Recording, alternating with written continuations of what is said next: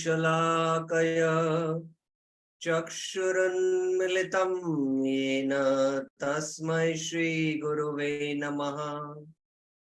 श्रीचैतन्यमनोभीष्टं स्थापितं येन भूतले स्वयं रूप कदा मह्यं ददाति स्वपदान्तिकम्।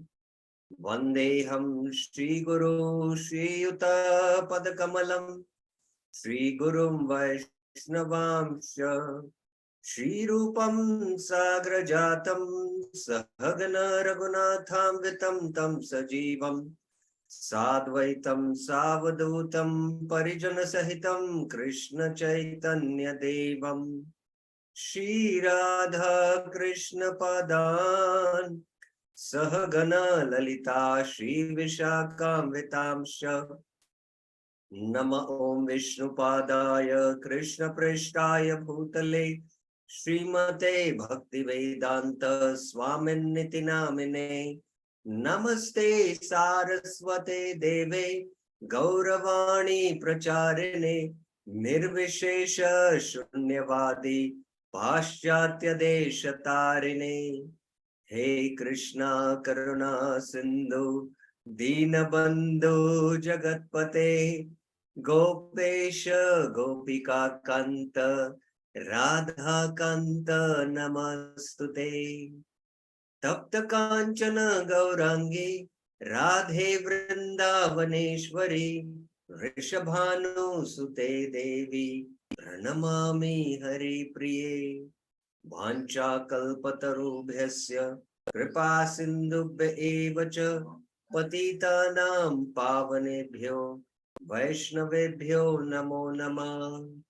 जय श्री कृष्ण चैतन्य प्रभु नित्यानंद श्री अद्वैत गदाधर श्रीवासादि गौर भक्त वृंद। हरे Krishna Krishna Krishna Hare Hare Hare Ram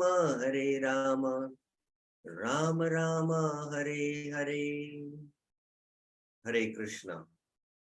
So welcome to the Sri Hari Nam seminar on the holy name. We have discussed 2 classes up till now. We began with the introduction to Sri Hari Nam, which is a lecture by Bhaktivinoda Thakur on the importance of chanting the holy name without offenses. We just discussed in our last 2 classes this verse from the Chaitanya Charitamrita, where it mentions that we have to take one name and that is sufficient, tarayati, whether it is chanted properly or improperly, with proper pronunciation, yes or no, the potency of the holy name is going to act. But if there are offenses, then it will not produce shigra result. And that's why one has to diligently avoid the offenses to the holy name, the nama prads. We saw Bhaktivinoda Thakur's commentary also on this in the Jaiva Dharma. And the chanting is spoiled by Samanya and Brahat. Samanya is Namabhas, Brahat is Namaprad. And for that, we have to chant enormous, constant, instant, intensive chanting for long periods. So we also saw Prabhupada's same emphasis he gives in his, Shravanam Kirtanam Vishnu purport also. And there he hints also that we should pray to Nam Prabhu. And Prabhupada also is making the same point, we saw that. And then we went into the introduction to Sri Harinam, which is an essay by Bhaktivinoda Thakur, and how this whole essay is divided, and what Bhakti Siddhanta Saraswati Thakur has to say, how to understand Bhaktivinoda Thakur's writings, and Srila Prabhupada. And then we began with the first stanza in the last class. That is the predicament of the jiva in this material world. He's caught up in the material ocean, and the jiva's constitution is that he is durbal, and he's paradhina, and he's anu chaitanya, where the Lord is Vibhu Chaitanya. And this material world is, it's created by Maya, and the jiva is imprisoned here, shackled here. And one has to turn his consciousness towards the Lord. He can become free from Maya. And one is away. When he is away from it, then he is bound. So this is how Bhaktivinoda Thakur discussed the first stanza. And based on this concept, what Bhaktivinoda Thakur spoke, we discussed a meditation technique in our japa exercise in the second class. It is chanting with Sambandha. Any of the devotees tried this technique, chanting with Sambandha? Last Monday we had discussed, not Monday, Tuesday we had discussed this. Any of you tried? Oh, Nityanand tried it, yeah. Usually it is best that in the workshop we speak about how to do this exercise, and then we chant and do together. And I had mentioned in our on-site seminar that it's not easy, because moment you sit to chant, you will forget to do this. You'll forget to do this, and it is repeatedly efforts we need to put to connect in Sambandha Gyan and chant. So this is a very important meditation, and we discussed how to do this. Now we'll continue with stanza 2. So this is the predicament of the jiva, that the jiva is now bound in Maya. And now the jiva, how he can come out of Maya systematically now, Bhaktivinoda Thakur is going to explain. Bhaddha jivagana sadhaka krame bhagavad kripa labh Karila Mayar Sudrid Rajju Chedana Karite Samartha Hon. When the conditioned soul obtain the Supreme Personality of Godhead's mercy, Bhaddha Jiva Bhagavad Kripa Labh Karila. Through spiritual practice. Now please remember that the Lord's mercy comes by spiritual practice, sadhana krame. And if we are performing sadhana, that means we are having the mercy of the Lord. Otherwise, if the mercy of the Lord is not there, then we cannot even perform our sadhana. They become capable of cutting the very tight rope of Maya. Mayara Sudruda Rajju. It's ropes, The material 3 modes are also compared to the ropes. Chedan Karite Samartha on.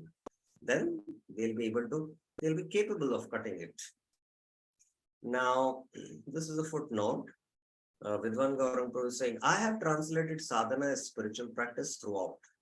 Sadhana refers to the means by which one can attain a goal, which is called sadhya. In other words, sadhana means pursuit, a spiritual practice to pursue a spiritual goal in this context. Whenever we speak about sadhana, sadhana is done with the sadhya, with a purpose. So this is a meditation which everyone should have. Whenever we are doing any activities, what is my goal? What is my purpose of doing that activity? When I sit to chant, my purpose is to please Krishna and attain love for Krishna. Kriti sadhya bhave sadhya. Sadhana bhakti is performed to attain bhava bhakti. That is sadhya. So, and if we have a desire, Bhaktivinoda Thakur mentions that if we desire to perform sadhana bhakti to attain prema for the Lord, this desire fits in the category of anya abhilashita shunyam. This is favorable and one should cultivate like this, he says. So this is clarified here. What is sadhana here? Maharishigan anek vichar karya teen prakar sadhana nirnay karya chain arthat karma jnana o bhakti. After much deliberation, great sages have described 3 types of spiritual practice: karma, jnana, and bhakti. Now, what Bhaktivinoda Thakur is mentioning is the jiva is caught in this material imprisonment, and he can come out by the mercy of the Lord. And the mercy of the Lord is bestowed in 3 ways. That's what the great sages have said. By performing yoga, connecting the Lord through yoga, karma yoga, jnana yoga, and bhakti yoga. Now, what Bhaktivinoda Thakur is going to do here is that he will go through Karma Yoga and explain how Karma Yoga is futile. Then he will explain Jnana Yoga and mention how Jnana Yoga is also futile.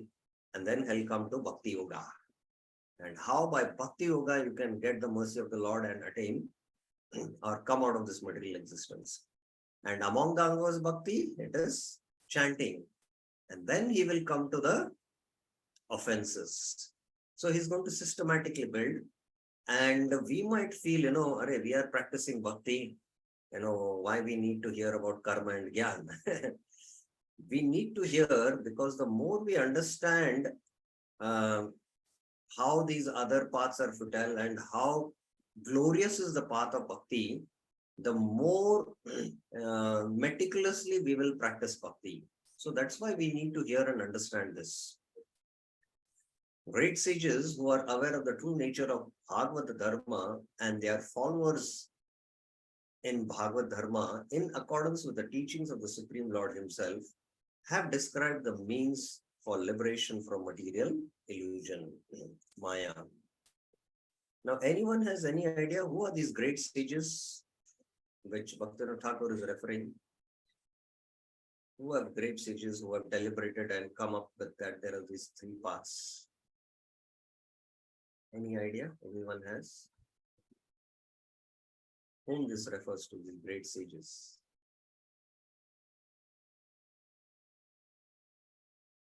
This refers to the 12 Mahajans. These great sages are described in the Srimad Bhagavatam 6.3.20.21. Swayambhur Narada Shambhu Kumar Kapilo Manu Pralado Janaka Bhishma Balir Vyavasatir Vayam Dvadashate Vigyanimo Dharmam Bhagavatam Bhatah Guhyam Vishuddham Durbodham Yam Gyantvamrita Ashmute. So these are the 12 Mahajans. They know what is the Bhagavad Dharma, surrender unto the Supreme Lord and love for Him. Is uncontaminated by the modes of material nature. This Bhagavad Dharma or Shuddha Bhakti is uncontaminated. That's why it's called as sometimes Nirgun Bhakti. It is very confidential, guhyam, and difficult for ordinary human beings to understand. Durbodham. Durbodham. But if by chance one fortunately understands it, Yatva, he is immediately liberated. Amritam Ashmute and thus returns home back to Godhead. So these are the 12 sages who have deliberated and given us this paths. Okay, now stanza 3. Any questions you have regarding stanza 2? Any questions, any clarifications? No, okay. So now I will discuss stanza 3 and let me finish the discussion up till a certain part, and then if you have questions, we will take up. Okay. Now he is elaborating on the path of Karma Yoga. Varnashram Dharma, Yajna, Tapasya, Dhana, Vrat Ityadi, Nana Vidha, Karmanga, Shastre, Ullikita, Ache, Karma Anga. So Varnashram is Karma Yoga and Karma has its Angas. So what are the Angas of Karma Yoga? There is following of Varnashram principles, Yajna, Tapasya, Dhyana, Vrata and all this. This is described in the Shastra. Various aspects of karma such as Varnashram Dharma, sacrifice, austerity, charity and the performance of vows have been described in the scriptures. Now, footnote. The Puranas, other than Srimad Bhagavatam, please remember, other than Srimad Bhagavatam, because Srimad Bhagavatam is Amal Purana, which only delineates pure devotion. Dharma Projita Kaitavo Paramo Nirmatsaranam Satam. As well as the Mahabharata and the Dharma Shastras contain abundant detail of these aspects of karma.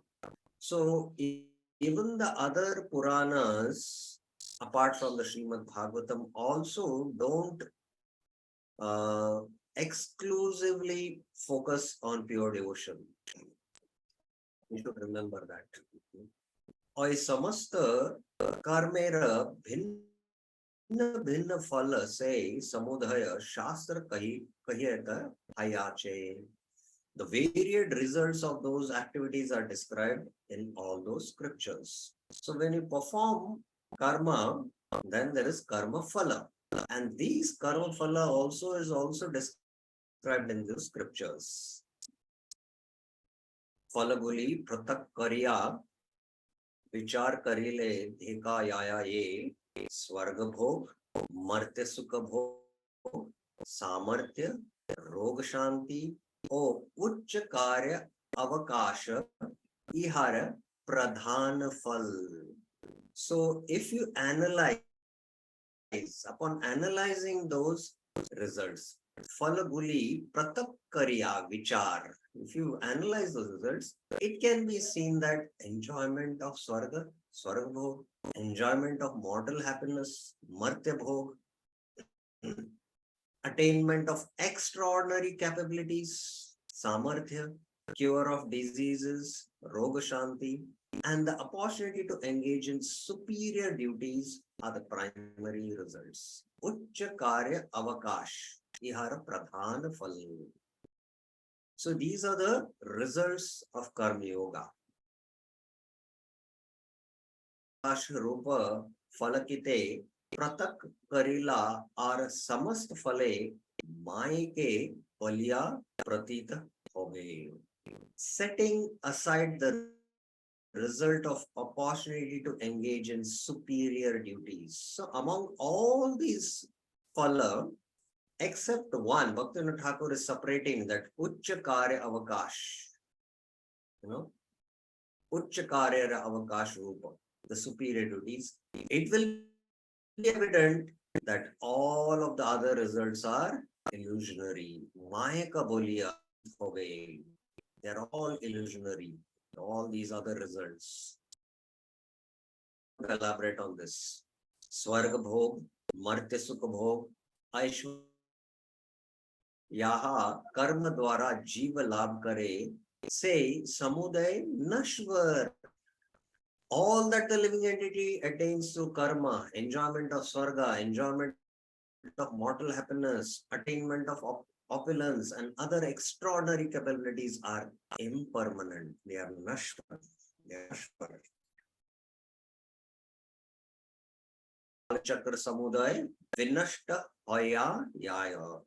All of them are destroyed by the Supreme Personality of Godhead's wheel of time. So they are destroyed. Now, in the footnote, is carefully. Now, Thakur is stating here, there is, footnotes which substantiates what Bhaktivinoda Thakur is saying. Srimad Bhagavatam 11:10, 22 to 26. अंतराय रविहितो यदि धर्म स्वनिष्ठितः तेनापि नियतं यथा गच्छन्ति तशृणु. If one performs Vedic and fruitive rituals without any mistake or contamination, that is dharma swanishtita, avahito, without any faults, one will achieve a heavenly situation in the next life. But even this result, which is only perfect performance of rituals, will be vanquished by time. It will be vanquished by time. Now hear of this, Tatshunu. Now, very interesting explanation. This is from the Bhagavatam. Ishtveha devata yagya svargalokam yati yagya. If on earth one performs sacrifices for the satisfaction of the devatas, demigods, he goes to the heavenly planets. Swargalokam yati yagya, by performing yagya. Bhunjita devavat tatra bhogan divyan nirajitan. Just like the demigods, devavat, he enjoys all the heavenly pleasures. Bhogan, divyan, heavenly pleasures. He has earned by his performance. Nirajitan. Whatever he has Arjan, whatever he has done Arjan, he will enjoy those pleasures. Swapunyo Pachita Shubre Vimana Upagiyate. Having achieved the heavenly planets, the performer of ritualistic sacrifices travels in a glowing aeroplane. Think about it. Will be flying a glowing aeroplane. You have Arjun, which he obtains as a result of his piety on earth, being glorified by songs sung by the Gandharvas. Gandharvara Viharan. Not only that, you are flying in a glowing aeroplane,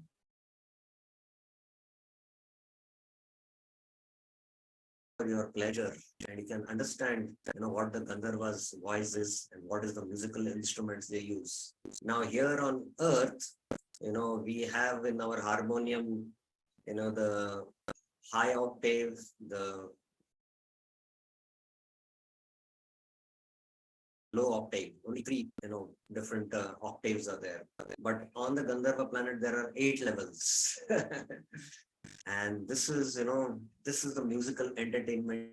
You are entertained there and dressed in wonderfully charming clothes. Madhya Devi Nam Ridhya Veshadrik, the charming clothes. He enjoys life surrounded by heavenly goddesses. So Devi Nam Madhya, he's been entertained by the heavenly goddesses there. Stribi Kamade Yanena Kinkini Jal Malina, accompanied by heavenly women, enjoyer of the fruits of sacrifice, goes on pleasure rides to plain, and which is decorated with circles of tinkling bells and which flies wherever he desires. And here on planet Earth, I don't know about, devotees who know, but there are some very extremely opulent rich people who own their own aircraft. They have their own, plane. Anytime they want, they can fly. What these planes are made of? They're again made of, material elements, and you have to go through the austerity of flying, and that causes a lot of disturbance in the body. But think about, the aeroplanes in the heavenly planets. They are glowing aeroplanes, and there are Gandharvas who are entertaining you there, and there are heavenly goddesses. And this plane flies according to wherever he desires. There's no fuel required, nothing. And there is circle of tinkling bells, being relaxed, comfortable, and happy in the heavenly pleasure gardens. Freedom, na Vedatma, Patam. He does not consider that he is exhausting the fruits of his piety and will soon fall down to the mortal world. Sura Krideshu. Sura Krideshu means entertained by the heavenly damsels. Nirvrita.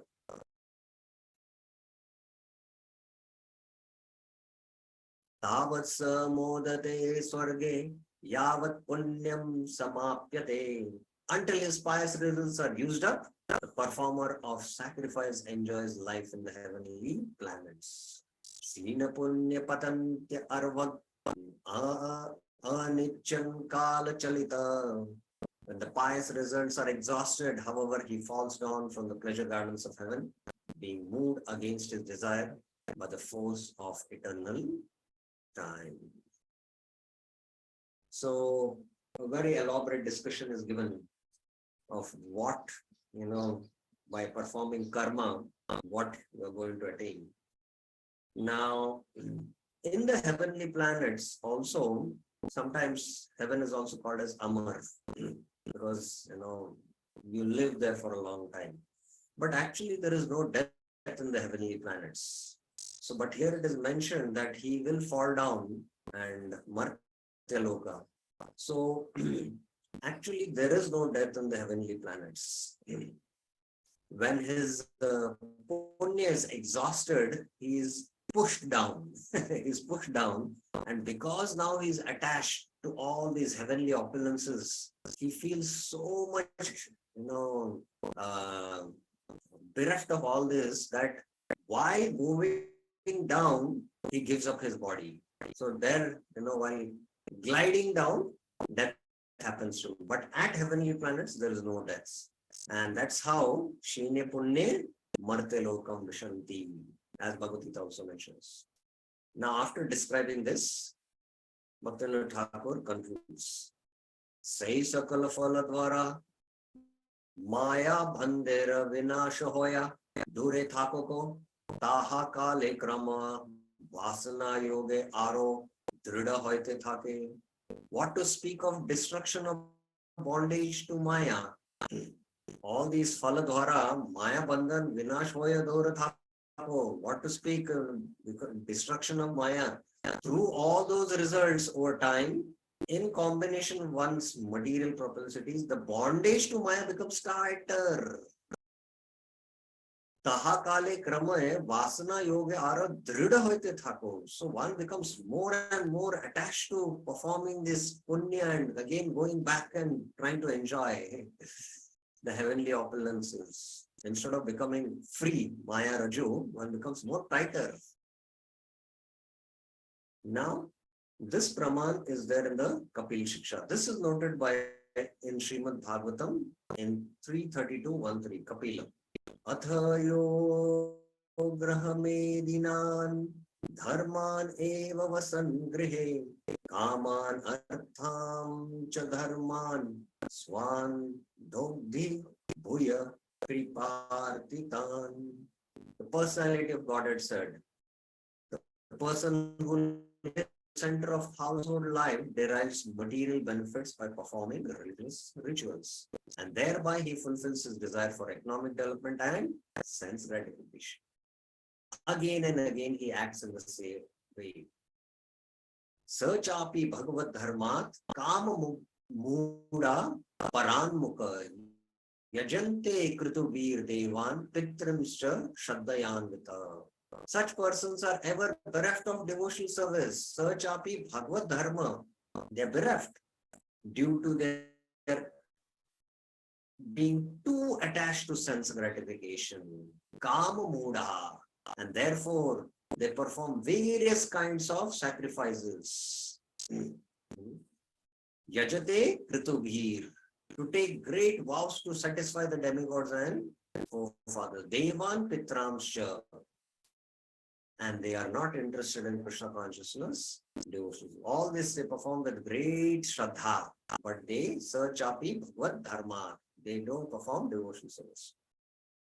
Tat Shraddaya Krantamati Pitradeva Vrata Puman Gatva Chandramasam Lokam Somapa Punar Eshyati. Such materialistic persons attracted by sense gratification and devoted to their forefathers and demigods can be elevated to the moon, where they drink an extract of the som plant.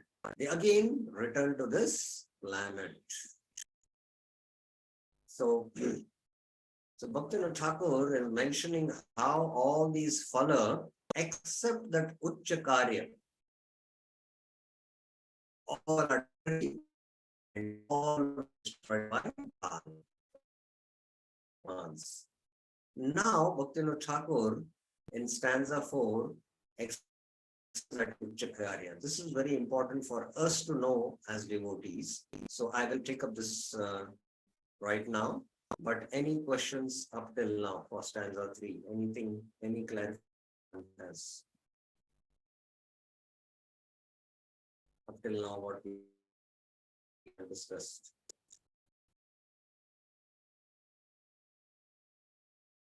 Okay, Vishnupati Mataji. Yes. Yeah, Hare Krishna Prabhuji, Dandavat Pranam. I just had one question.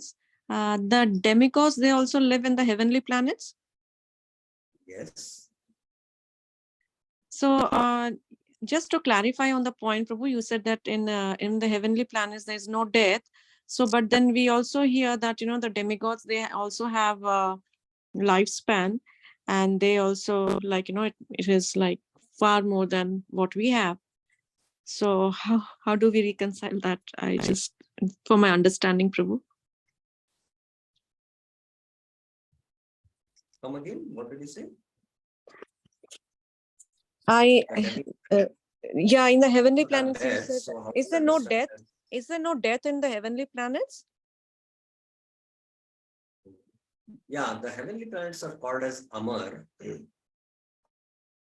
Amar, you can understand in two sense. First is that the lifespan is so long that it's like there's no death. One. Secondly, uh, those who by performing pious activities attain the heavenly abodes, so they go and enjoy these heavenly pleasures, and when their pious activities are exhausted, then what happens is they are pushed out, they are thrown there. They don't, death doesn't happen to them there, they don't die there, but because their punya is exhausted, they are thrown out. When they are thrown, when they are pushed down, that time death occurs to them. So I was mentioning the point that they don't die there in the heavenly abodes. So when they leave, when they are pushed out, and that time they give up their body, and they are attached to that heavenly body and heavenly pleasures. So that separation becomes too extreme, and then they give up their body while moving down. So that was the point I was making. I hope it is clear. Yeah, thank you, Prabhu. Thank you for the clarification. Thank you so much. It's clear, Prabhu. Okay, Virendra Yadav, Prabhuji. Hare Krishna, Prabhu, Dandavat Pranam. Prabhu, here three paths are mentioned: karma, jnana, and bhakti path. And here bhakti means pure bhakti. And Prabhu, in case of we ourselves practicing devotees, we are not following No, we will take. No, we'll take up this question. When the actual discussion right. of bhakti comes. Right. So only this discussion. Right. That's our the norms, that whatever part we are discussing, question should be based on that. Right. I will come to that. I'll have to separately explain that explanation when we come to bhakti. I will take it up later on. Okay. Okay. So let's go now to the next stanza. Now,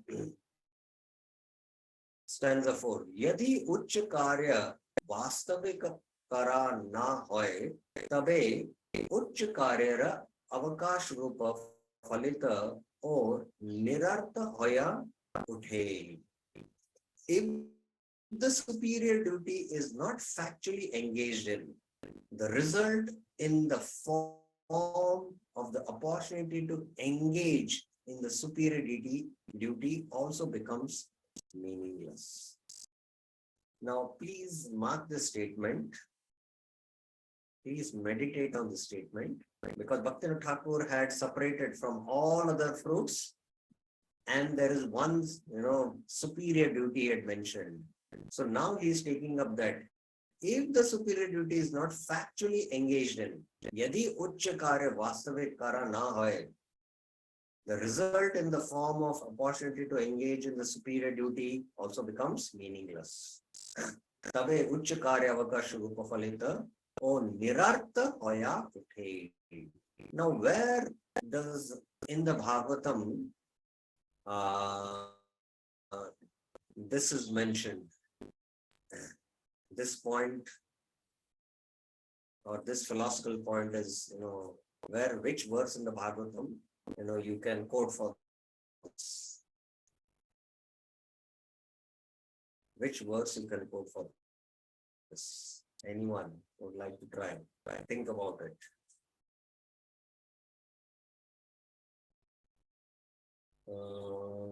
One hand has been raised. Deepak, yes.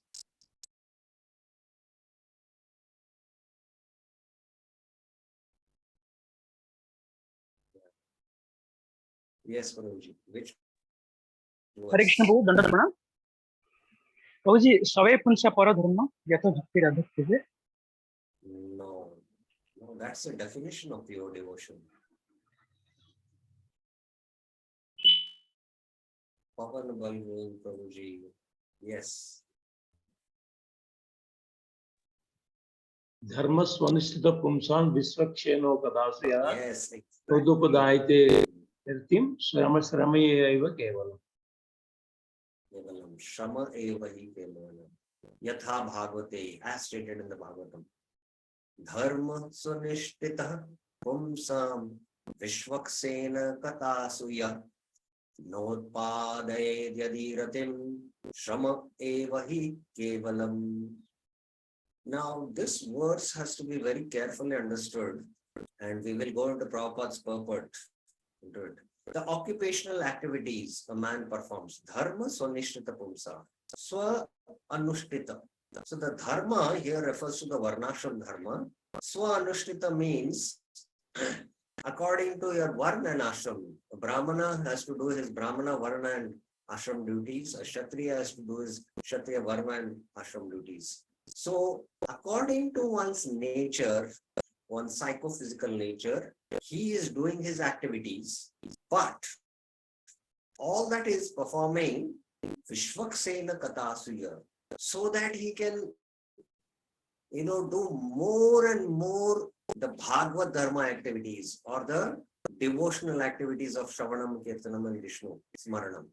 If it doesn't happen, no pad, ye ratim, situated in this whole situation, if he doesn't develop, attraction for, Katharathim, then all his duties based on his Varna and Ashram, what he's doing, Shama eva hi kevalam, simply a Shama.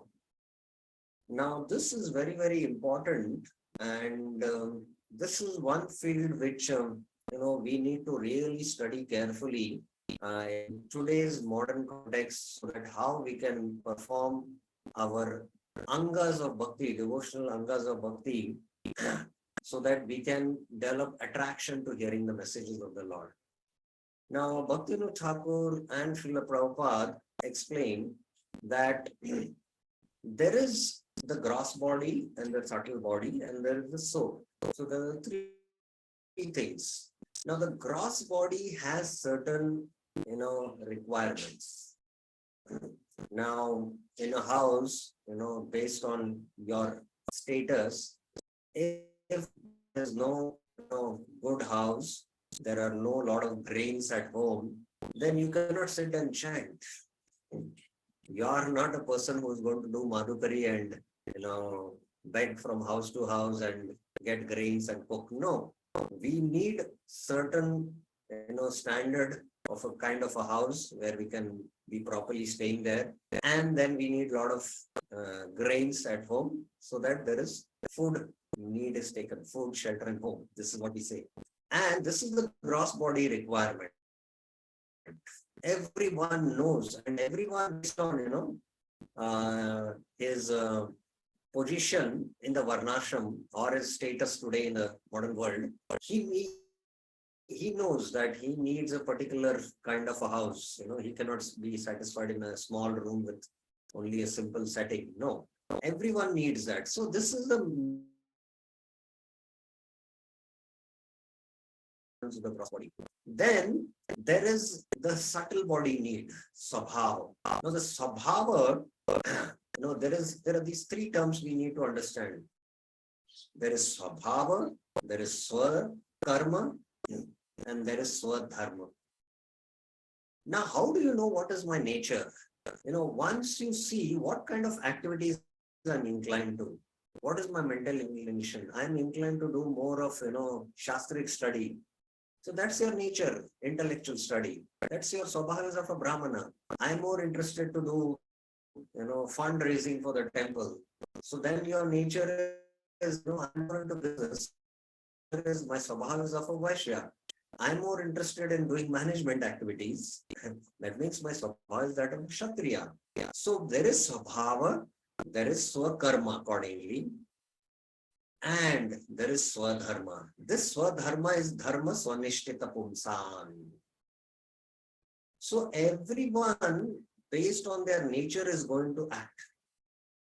And if you do actions according to dharma, it will lead to piety so that you'll not commit sin, so that it is favorable so that you can hear Krishna Katha. But if you just do your deeds and only avoid sin and do only pious activities, that pious activities results, is nashwar. So we situate according to our varna and ashram so that we get time to develop Vasudev Katha Ruchi.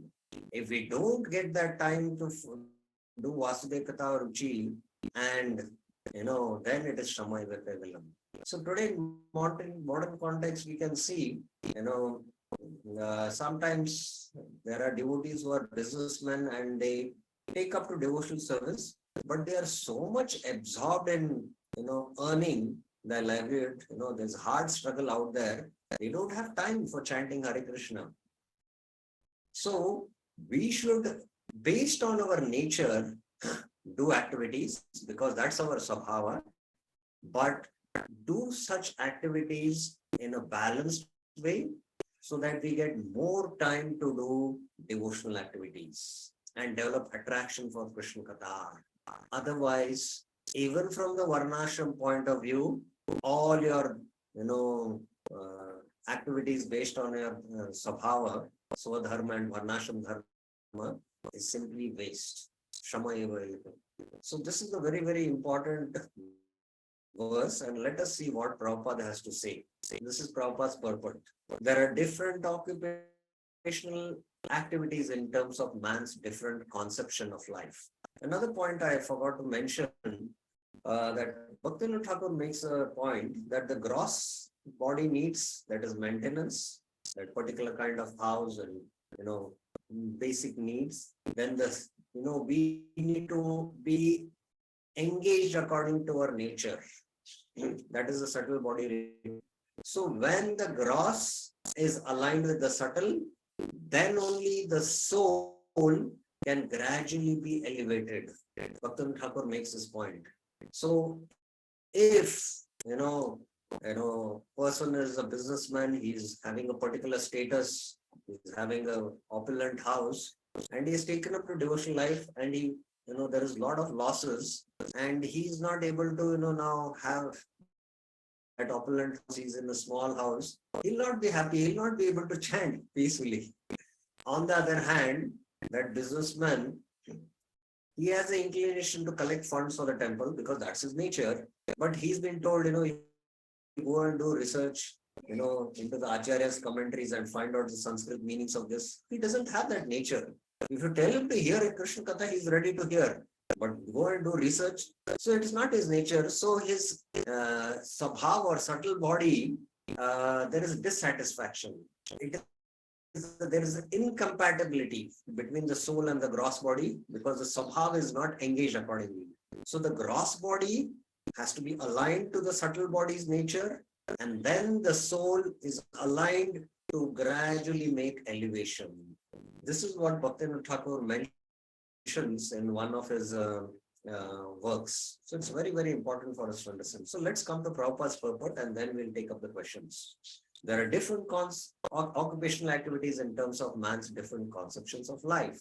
To the gross materialist who cannot see anything beyond the gross material body, there is nothing beyond the senses. So now he's speaking about, the karmis.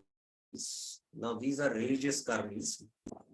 Therefore, his occupational activities are limited to concentrated and extended selfishness. Concentrated selfishness centers around the personal body. This is generally seen amongst the lower animals. Extended selfishness is manifested in human society and centers around family, society, community, nation, and world with a view to gross bodily comfort. And gross bodily comfort, as I was mentioning, that is, is one of the needs. The Prabhupada is directly in his purport going to the root.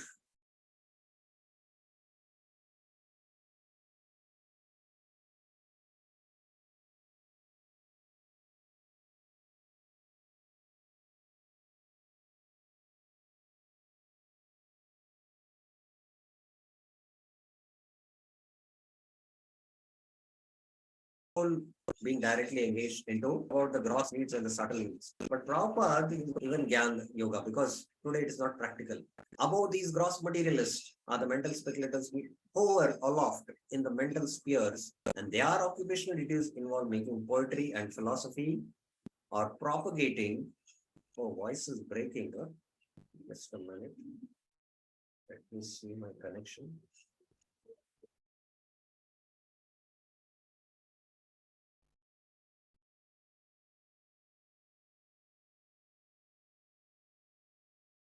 Yeah, I hope it is better now. Are you able to hear clearly? Hare Krishna.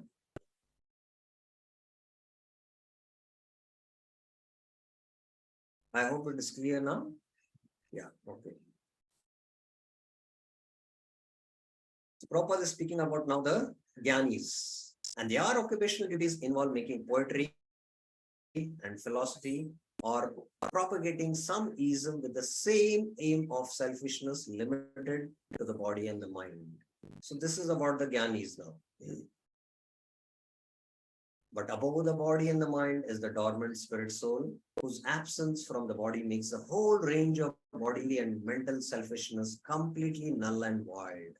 The Prabhupada is directly coming to Bhakti here. But less intelligent people have no information of the needs of the spirit soul.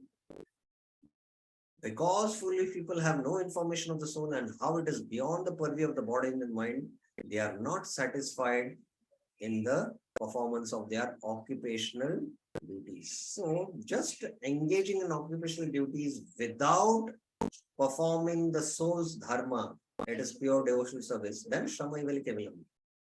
The question of the satisfaction of the self has been raised herein.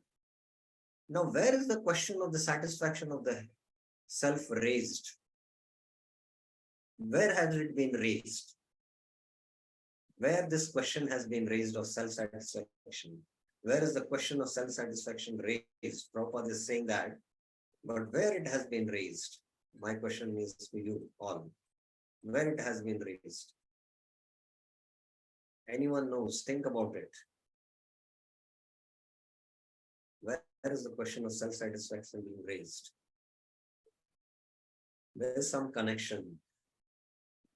And, you'll have to think about it. Where was the question of self-satisfaction raised and who raised it?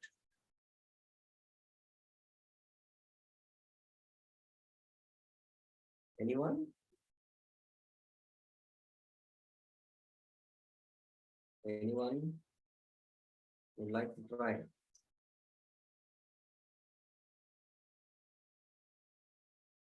Virendra Yadav Prabhuji. What is the question of self-satisfaction being raised?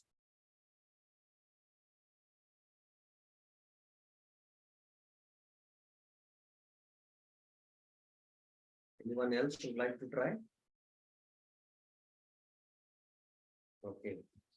So the question of self-satisfaction is raised in 1:1:11, where the sages of Naimisharanya are asking that there are so many, karmas according to the Varna and Ashram. Give us the essence by which Yenatma Suprasidati, by which the Atma can be satisfied.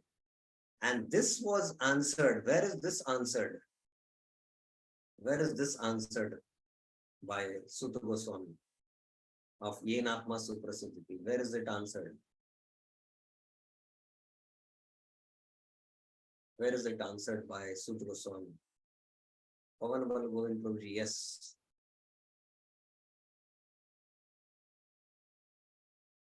Yes, Pavan Bal Govind Prabhuji. Atma Ramasya Munyo Nirgrimda Pure. No, that's not the verse.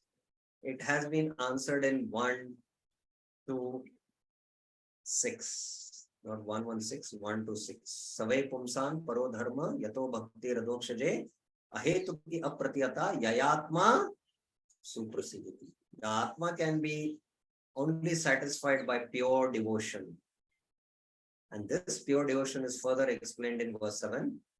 And what Sutta Goswami is now doing is, in verse 8, he is explaining how Varnashram is not pure devotion. Varnashram is not pure devotion. Varnashram, you can be situated doing the Uccha Karya, but if you don't, perform, develop, being situated like this, if you don't develop Katharuti, then all your Varnashram duties are Shama. So this is the point, and this is the discussion which is happening now here. So Prabhupada is referring there, question of self-citation, he's referring to 1:11. The self is beyond the gross and the subtle mind. But I was speaking about the gross needs and the subtle needs of our Sabhava. I'll come to this explanation a little more again. He is the active potent principle of the body and the mind. Without knowing the need of the dormant soul, one cannot be happy simply with emolument of the body and the mind. The body and the mind are but superfluous coverings of the spirit soul. So directly Prabhupada is hitting on practicing pure devotion. The spirit soul's needs must be fulfilled. Simply by cleansing the cage of the bird, one cannot satisfy the bird. One must actually know the needs of the bird himself. That is pure devotion. The need of the spirit soul is that he wants to get out of the limited sphere of the material bondage and fulfill his desire for complete freedom. So by Varnashram is again the need of the gross body in one sense, and even the subtle enjoyment, which is heavenly. And it is part of the material sphere. And even liberation in the form of Gyan will not completely satisfy the self. Because Jivera Swarupa hai Krishnera Nityadas. That is the Jiva Swarupa. Muktir hitva anyata rupam swarupena vyavastita. He wants to get out of the covered walls of the greater universe. He wants to see the free light and the spirit. That complete freedom is achieved when he meets the complete spirit, the personality of Godhead. So that is pure devotion. There is a dormant affection for God within everyone. Spiritual existence is manifested through the gross body and the mind in the form of perverted affection for gross and subtle matter. So there is a gross affection in the form of Varnashram Dharma, the subtle affection in philosophy and all. So these are all, these are not the real dharma. The real dharma is pure soul's affection for God. Therefore, we have to engage ourselves in occupational engagements that will evoke our divine consciousness. So Prabhupada, see the conclusion after mentioning about directly pure devotion, that we should do pure devotion and, not take care of the gross and the subtle needs. He's coming to the point, therefore he's saying, have to engage in occupational engagements to invoke divine consciousness. So there is the Svabhava Vritti. Now we are propelled by our Svabhava Vritti. But what is the soul's Vritti? We are propelled by our Svabhava. Everyone has a Svabhava. Everyone knows. We have a particular nature and there are impressions, Vrittis, which I'm calling as Vrittis. And we are in the material modes here in the material world. And based on that Vritti, we are engaged in activities. What is the soul's Vritti? Anyone?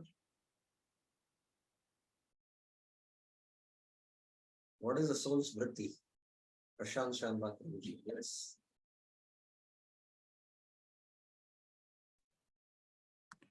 Hare Krishna, Prabhu. Engage in serving the Lord eternally. Yes, this is the soul's Rati. That is, Atma Rati it is called. Atma's attraction is only towards the Lord, engaging pure devotional service. So there is something called as the Gauna Vritti and the Mukhya Vritti.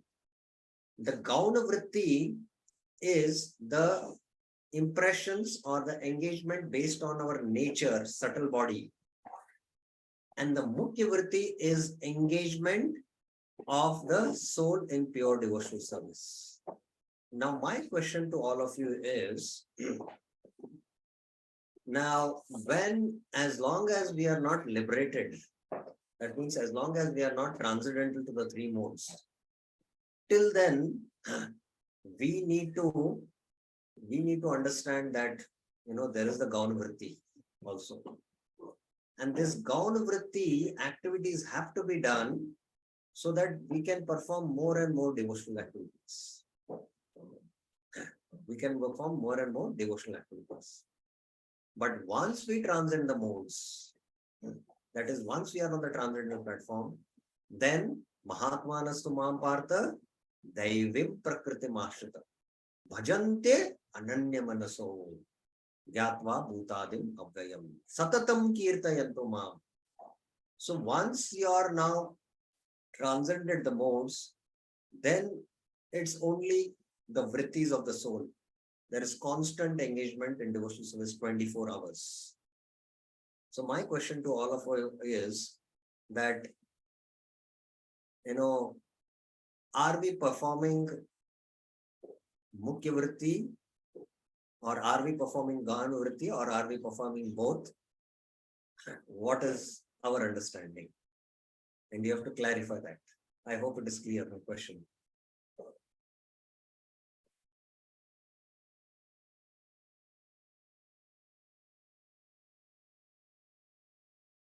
I hope the question is clear.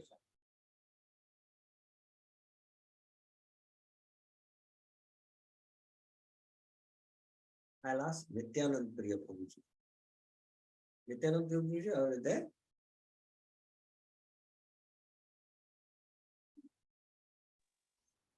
Yes, Nityanand Priya Yes, Prabhuji. sir. Yes, Prabhuji. Yes, I think we are performing both. Through our sadhana, we are doing our what the soul wants, the relation, Mukhya Vritti, Yes. and through our occupational duties, the gross Vritti is done. I think both we are doing both. We are doing the combination of both. Yes. Combination of both. Yeah. So if we are doing more and more Gauna Vritti and we are getting less time for the Mukhya Vritti, then what is going to happen? Then we'll fall in the karmic category. No, it will not fall in the karmic activity. If we are not getting time to perform more and more devotional activities, and we are more doing our activities based on the Gauna Vritti modes, we are going to get more and more entangled. We are going to get more and more entangled in matter. That's the point. So that's why Prabhupada is mentioning here that we should engage ourselves in occupational engagements so that more and more we can perform devotional activities. This is possible only by hearing and chanting the divine activities of the Supreme Lord, and any occupational activity which does not help one to achieve attachment for hearing and chanting the transcendental message of Godhead is said herein to be simply a waste of time. So devotees have their nature, they are doing occupational duties, but if they do more and more Gauna Vritti, the fall will come of that and you'll start enjoying those results. And there's less attraction for devotional activities. Then Shamay Vikil. And there is also pap sometimes because of engagement in, in the Gauna Vritti. But only when the Gauna Vritti activities are parallelly balanced with the Mukhya Vritti activities and you transcend the Gauna Vritti, then only when Mukhya Vritti's activities start, then actually pure devotion begins. Till then, our devotion is mixed. It is Mishra. It is mixed, we have to understand. And as long it is mixed, we cannot take Naam. We cannot take the pure name. So we should be balancing both the Mukhya and the Gauna Vrittis activities so that more and more attraction we get to hear and chant and do these activities. This is because other occupational duties, whatever ism they may belong to, cannot give liberation to the soul. Even the activities of the Salvanist are considered to be useless because they are failure to pick up the fountainhead of all liberties.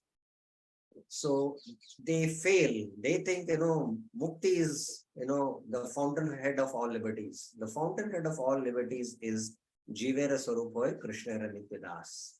Or Mukti Hitva Anyataya Rupam Swarupena Vyavasita.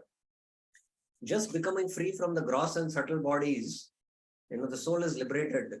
But the soul has a spiritual body and spiritual activities which will give him rasa and happiness. So they fail to pick up that.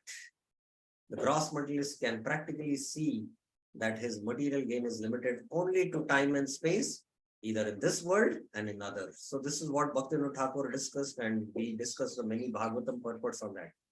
Even if he goes up to Swargaloka, he will find no permanent abode for his hankering soul. The hankering soul must be satisfied by the perfect scientific process of perfect devotional service. So that's how Prabhupada concludes his purport.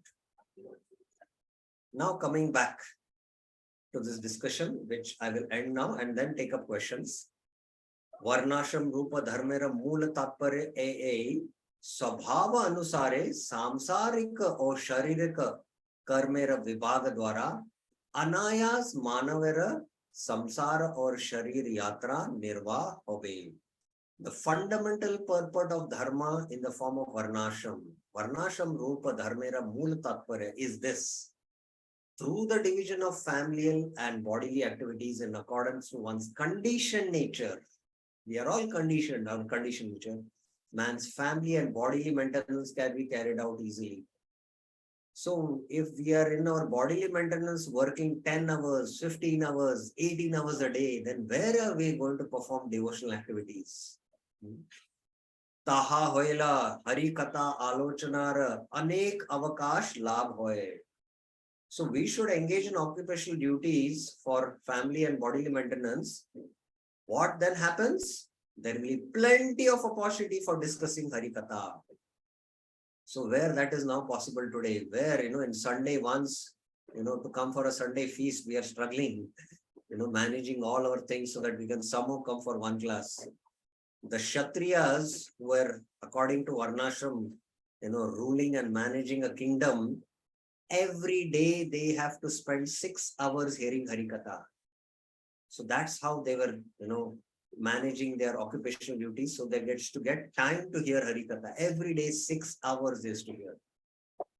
Now Prabhupada's footnote here, Vidwan Gaurav. It is to maximize our engagement in Shravan Kirtanam Vishnu that Srila Prabhupada promoted the agrarian lifestyle prescribed in Varnashram. So why Prabhupada wanted devotees to live an agrarian lifestyle? To maximize Shravan Kirtanam. Because now no more Varnashram society is not functioning as per Varnashram. But if you go to an agrarian type of lifestyle, we can maximize Shravanam Kirtan. On a morning walk in Rome, on 27 May 1974, Srila Prabhupada instructed, minimize your unnecessary waste of time, save time. Chant Hare Krishna, go back home. This is our idea. Instead of chanting 25 rounds, you chant 100 rounds. That is utilization of proper time. So you should get so much time that you can spend every day chanting 100 rounds. Then you're properly, situated in a situation where you have minimum needs.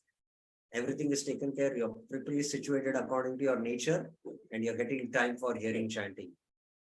And this is, Prabhupada wanted this to happen. So now we will, take up the conclusion in the next class tomorrow. But any questions up till now you have?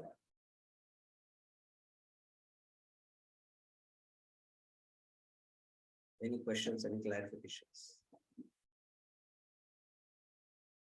Prashant Shanbhakuji, yes. Hare Krishna Prabhu. This free from Gaunavritti happens first or pure chanting happens first? Okay. We have some faith. Shraddha is there. And with that Shraddha, we are doing our core activities, that is hearing, chanting, Shravanam Kirtan, the limbs of Vishnu, by which, the Mukhya Vritti activities are happening. But we have our conditioned nature. we have our conditioned nature. And in order to, based on our social position and status, we have the needs of the conditioned nature. And we engage most of the time in conditional activities, most of the time. How much time in a day we spend in doing, Shravanam Kirtanam Vishnu? If I tell you, let's sit 10 hours and hear Bhagavatam, how many of us are, ready to sit and attentively hear the Bhagavatam? Because we don't have taste. Conditioned chitta is going to go towards mental inclination because of the modes. So that's why even while we're chanting, we are battling with the mind, our conditioned nature. How many of us can sit and chant 10 hours? Nobody can sit and chant even 2 hours in one place. So we need to more and more hear. We need to spend more and more here about the glories of the Lord, glories of the holy name, and perform the angas of bhakti. At the same time, balance our conditioned activities so that they become more and more favorable to do constitutional activities. And the conditioned activities also we do more in a detached way.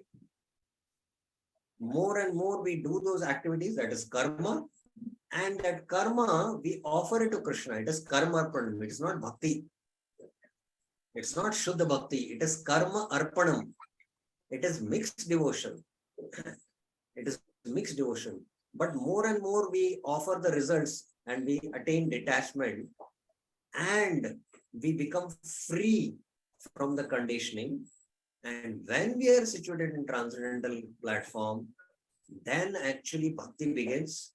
And that chanting at that stage will lead to namabhas, will lead to Shuddhanam, will lead to Shuddhanam. So we have to come to the Sthita Pragya platform. And from there, pure devotion will begin. And then we'll be able to take Shuddhanam. First Nam Abhas and then Shuddhanam. So that is why I'm elaborately discussing this point, which devotees, really sometimes don't understand it. I hope it is clear now. Yes, Prabhu. Thank you, Prabhu. Hare Krishna. Any other questions? Okay, so we'll stop here. So tomorrow we'll continue this discussion about Varnashram, and then Bhaktivinoda Thakur is going to discuss the futility of Gyan. That also will complete. And then next week, we will start with Bhakti. Bhaktivinoda Thakur is going to bring out that point about Bhakti and about pure devotion. And in that, now, we'll come to that now. So we'll take up that. Thank you very much. Srila Prabhupada ki Jai. Srila Bhaktivinoda Thakur ki Jai. Shri Hari Nam ki Jai. Hare Krishna.